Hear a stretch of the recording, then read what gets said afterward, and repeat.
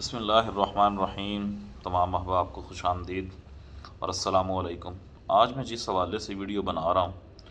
وہ ملکی حالات ہیں کہ آج کل آپ دیکھ رہے ہیں کہ جو ضروریات زندگی کی چیزیں ہیں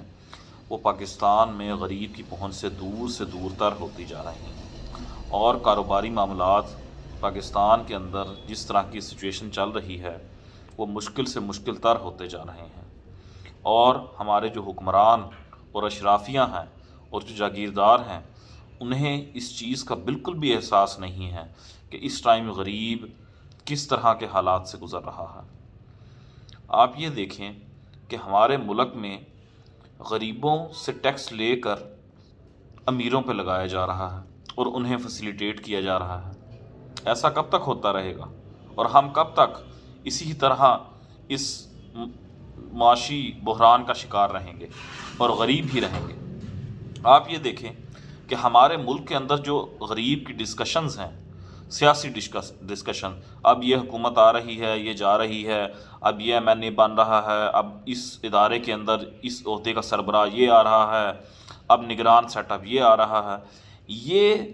ہمارے جو سراؤنڈنگ کے ممالک ہیں یا جو ترقی یافتہ ممالک ہیں یا جو لوگ اچھے طریقے سے کام کر رہے ہیں ان ممالک کے اندر عوام کی یہ ڈسکشنز ہی نہیں ہیں۔ ادھر عوام اپنے کام سے کام رکھا ہوا ہے اور مین ان کا فوکس اپنی معاشی حالت بہتر کرنے پہ ہے، جبکہ پاکستان میں عوام بھی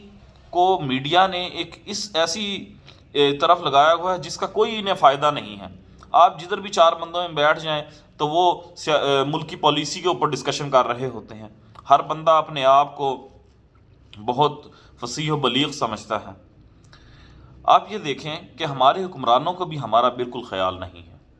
وہ چاہے کسی بھی پارٹی سے ہوں، انہوں نے ہمیشہ اپنے مفادات کو پہلے رکھا اور عوامی مفاد کو اور ملکی مفاد کو پس پش ڈال دیا۔ تو میری آپ تمام احباب سے گزارش ہے کہ واللہ پاکستان کے لیے سوچیں اور پاکستان کے لیے کام کریں۔ آپ یہ دیکھیں آج کل مختلف طریقے کی ایپس ہیں اور فوراً ہم سروسز دے سکتے ہیں، اور آج کل دنیا کے اندر $500 یا $1000 منتھلی کمانا کوئی کام نہیں ہے۔ تو آپ سکل پیدا کریں اور اپنی جو سروسز ہیں انہیں ایکسپورٹ کریں، تو تب ہی ملک کی حالات بہتر ہو سکتے ہیں۔ اور ہمارے سیاستدانوں سے بھی میں یہ ریکویسٹ کروں گا اور اپنی جو حکومت ہے اس سے ریکویسٹ کروں گا کہ کائنڈلی وہ اس چیز پہ فوکس کریں کہ ہمارے جو نوجوان ہیں وہ اتنے سکلفل ہوں کہ وہ اپنی جو سروسز ہیں وہ ایکسپورٹ کر سکیں اور اس میں انہیں فیسیلیٹیٹ کیا جائے، تاکہ ہمارے ملک کے اندر یہ جو ڈالروں کا مسئلہ ہے یہ بھی حل ہو سکے، اور جتنے بھی دوسرے معاملات ہیں۔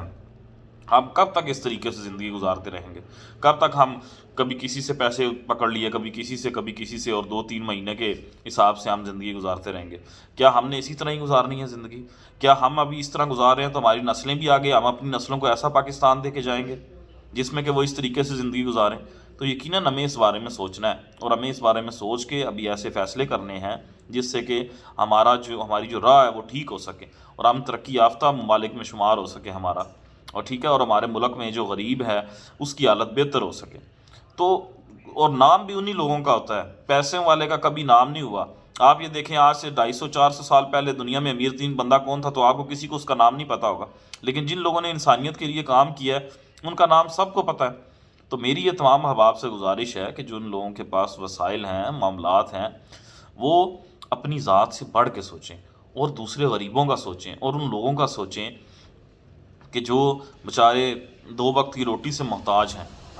اور اس بارے میں آپ کو اقبال صاحب کے ایک جواب شکوہ کے اندر ایک چھوٹی سی نظم ہے، وہ آپ کے گوش گزار کر کے اجازت چاہوں گا کہ جا کے ہوتے ہیں مسلمان، جا کے ہوتے ہیں مساجد میں صف آرا تو غریب، زحمت روزہ جو کرتے ہیں گوارا تو غریب، نام لیتا ہے اگر کوئی ہمارا تو غریب،